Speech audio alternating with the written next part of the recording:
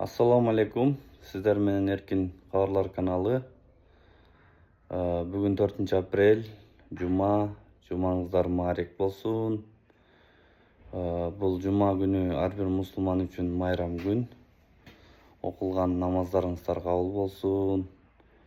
Дуаларыңыздар кабыл болсун. Аллах таалам күнөөлөрүбүздү кечирген болсун. Кыргызстанда бүгүн күн ачык. Алланын өкүмү менен сонун күн тийип, жылуу погода. Мени көрүп жаткан досторума, момун мусулмандарга жума күнүңүздөр менен деп айтмакчымын. Казакстан, Өзбекстан, Кыргызстан дегеле кайсыл жактан мени көрүп жаткан досторум, момун мусулмандарга жана башкаларга ден соолук каалайм. Ден соолугуңуздар чың болсун, тапканыңыздарга береке берсин Аллах таалам. Ассаламу алейкум, рахматуллахи ва баракату.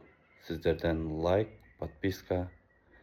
Сиздер менен Эркин кабарлар каналы болду. Сак саламатта туруңуздар, достор. Күнүңүздөр көңүлдүү улансын.